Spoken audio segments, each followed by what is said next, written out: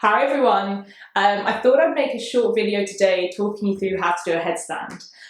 Please don't worry if you've never tried one before. My aim is not for you to be up in this glorious headstand holding there for hours on end. My aim is just to build you up with that confidence and give you the base point, the theory, to move forward and practice, okay?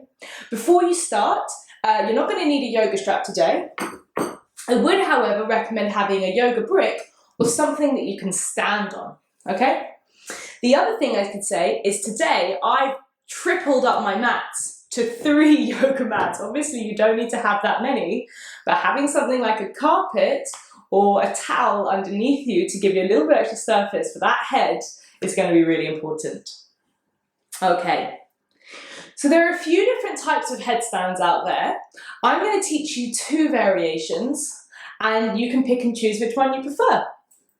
I'm going to start off with a tripod headstand. The reason I'm choosing the tripod headstand is although it can, for some people, feel like too much weight in the head, I think it's easier to balance.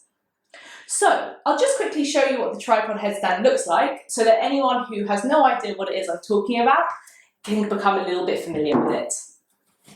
So this is your tripod headstand. Hands are about shoulder width apart. Head comes in front of it. You can then lift up. And here's your tripod headstand. So let's break that down a little bit. In your tripod headstand, the clue's in the name, okay? It has to be a tripod. What I see so often is people's hands and heads start in a really good place and they migrate into this straight line. So let's work out how to find that line. Start off with your elbows coming down on towards the mat and just take a hold of your upper arms. From here, move the hands out and create a triangle. At the tip of your triangle is where your head wants to be. So mark a little X on your mat and remember exactly where that is. And then your hands want to come where your elbows once were. So you really want to make sure you get that triangle shape. The next thing that's important to remember is if you think too much about the lower part of the body that's going to lift up, you forget about the strength in the upper body. So start off with your hands out in front of you, bend the elbows down. Let's work on this movement of pulling the elbows in. And as you pull the elbows in towards one another, you start to use your pec muscles. So pulling the elbows in and activating through your pecs. So that's the second most important thing. Tripod, hands. So from here, what I often see people do is just try and lift straight up. And in time, that is a really lovely variation to find. But I think to start off with, it's important to know your stages. What I always like to say to people is this is like a crow, but easier, because you've got 3 points. So if you can do a crow, and your crow looks something like this,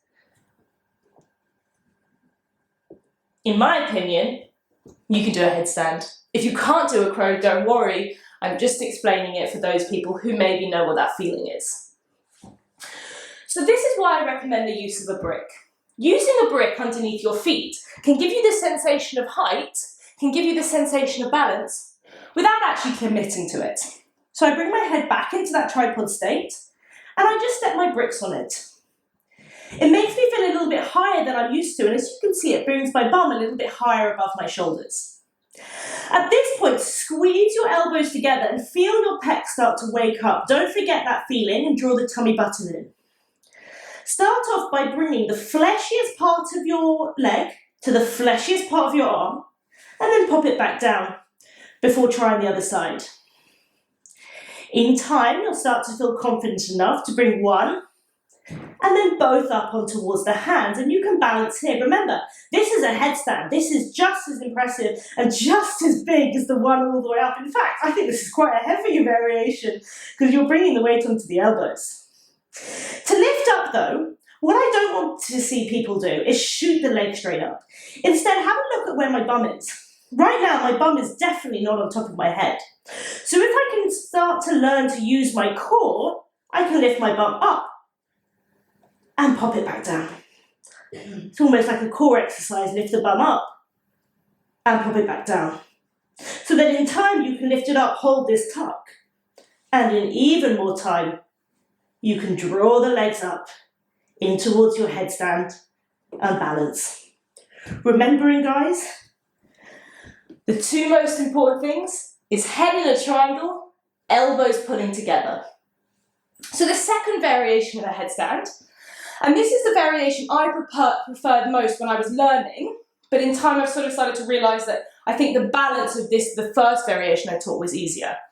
But this was the version I learned first, okay? So it's still one I think is a really lovely variation. And you can use the brick in the same way.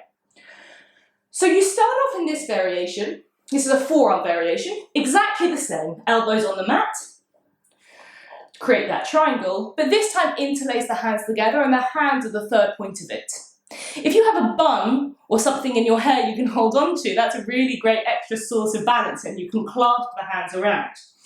But for now, I'll just hold my hands together around my head.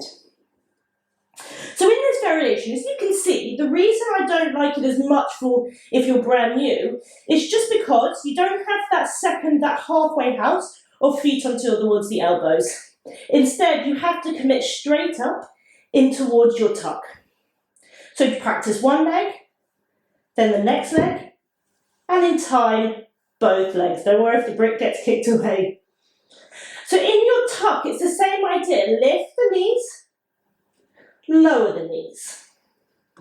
Lift the knees, and in time, straighten the legs, squeeze in the bum, lifting up and draw the tummy in. That's what enables you to hold the strength. Now, if you've been doing headstands for a while, my challenge to you would be learn to lift one foot straight up and then the next. My second challenge to you would be learn to lift both legs up and then down. And my third challenge would be think about incorporating a few of those core drills, drawing your elbows together, and in time preparing yourself for a handstand. So thank you so much, guys. I hope that was useful. If you've got any feedback or anything you'd like to see, as always, pop them in the comments below. Please do like and subscribe if you're on YouTube, and like and follow if you're on Instagram. And as always, do share with as many friends and family as possible. Whew, I'm a bit steamy now.